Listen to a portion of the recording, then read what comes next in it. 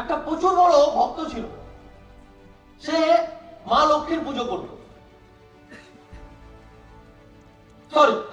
মা লক্ষ্মীর পুজো করত।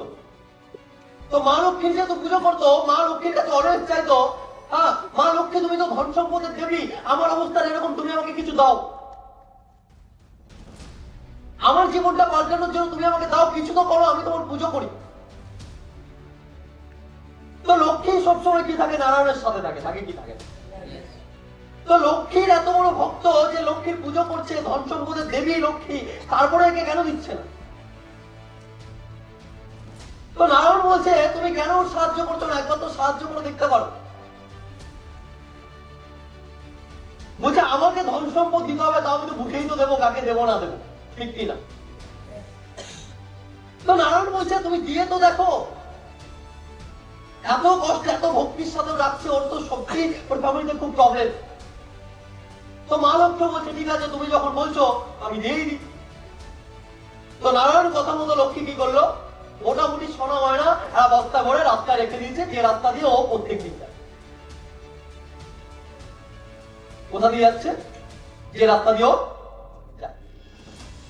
আর ওই রাস্তায় ও হাঁটতে হাঁটতে হঠাৎ করে বস্তাটা হুচট খায়, পারে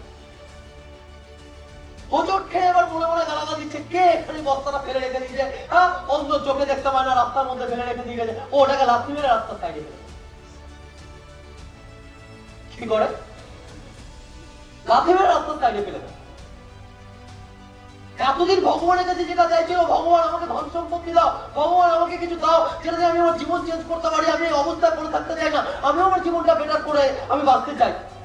এতদিন যেটা চাইছিল, এতদিন যেটা ভাবছিল এটা হলে আমার জীবনটা ভালো হয়, আর মা লক্ষ্মী কি করলো, ওকে ওটা দেওয়ার জন্য কি করলো, বস্তার মধ্যে ওটাকে ওকে ভরে রাস্তার মধ্যে দিল, কিন্তু ওটা দিল তো দিল, কিন্তু ও কি করলো, ওটাকে লাথি মেরে বুঝতেই পারলো না।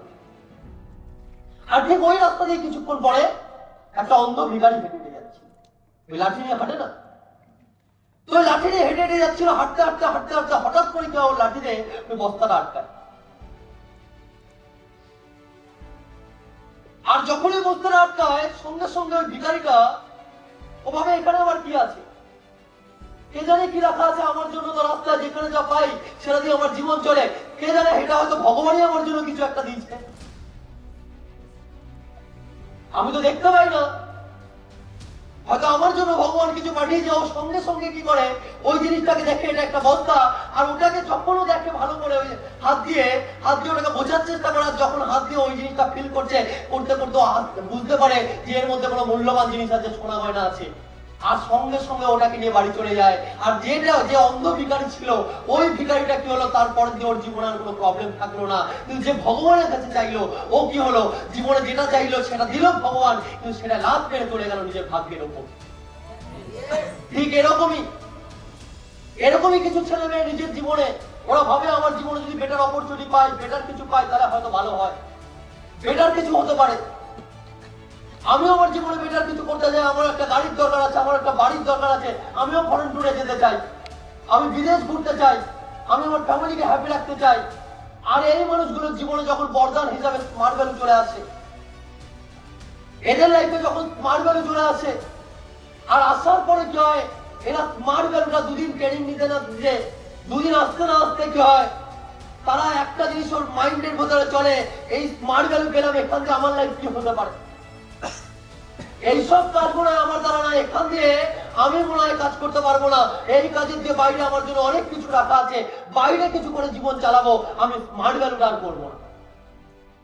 তারা কি করে, নিজের ভাগ্যে লাথি মেরে এখান দিয়ে ছেড়ে চলে যায়, যায় কি যায় না, নিজের ভাগ্যে লাথি মেরে ওইভাবে চলে যায়। আর ঠিক ওই অন্ধ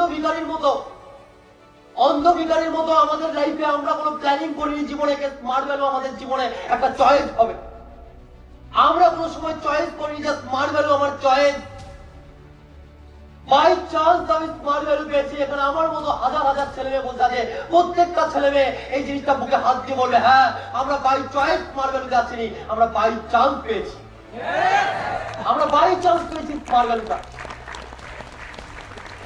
আর আমরা বাই চান্স পেয়েছি বলে আমাদের ভেতরে একটা জ্বালা আছে, আমরা জীবনে কিছু করতে চাই, আমরা ওই অন্ধ ভিখারিটার মতো হয়তো আমরা বেশি কিছু আজকে দেখতে পাই না।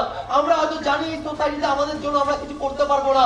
আমরা এই সোসাইটির অ্যাভারেজ ক্যাটাগরির মানুষের মতো আমাদের লাইফে কি আছে 5-10 হাজার টাকার ওই চাকরি, তাহলে আমরাও বেটার জীবন লিড করতে চাই, কিন্তু তার জন্য আমাদের সামনে অপশন নেই, আমাদের সামনে সুযোগ নেই। টাটা বিল্লা আমাদের সুযোগ দেবে না, কোনো গভর্নমেন্ট আমাদের সুযোগ দেবে না।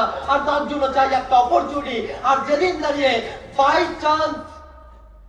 চান্স যেদিন দাঁড়িয়ে স্মার্টওয়েলের মতো অপশন পেয়েছি, স্মার্টওয়েলের মতো প্ল্যাটফর্ম পেয়ে গেছি, আর প্ল্যাটফর্ম পাওয়ার পরে ভগবানকে থ্যাংক জানিয়েছি।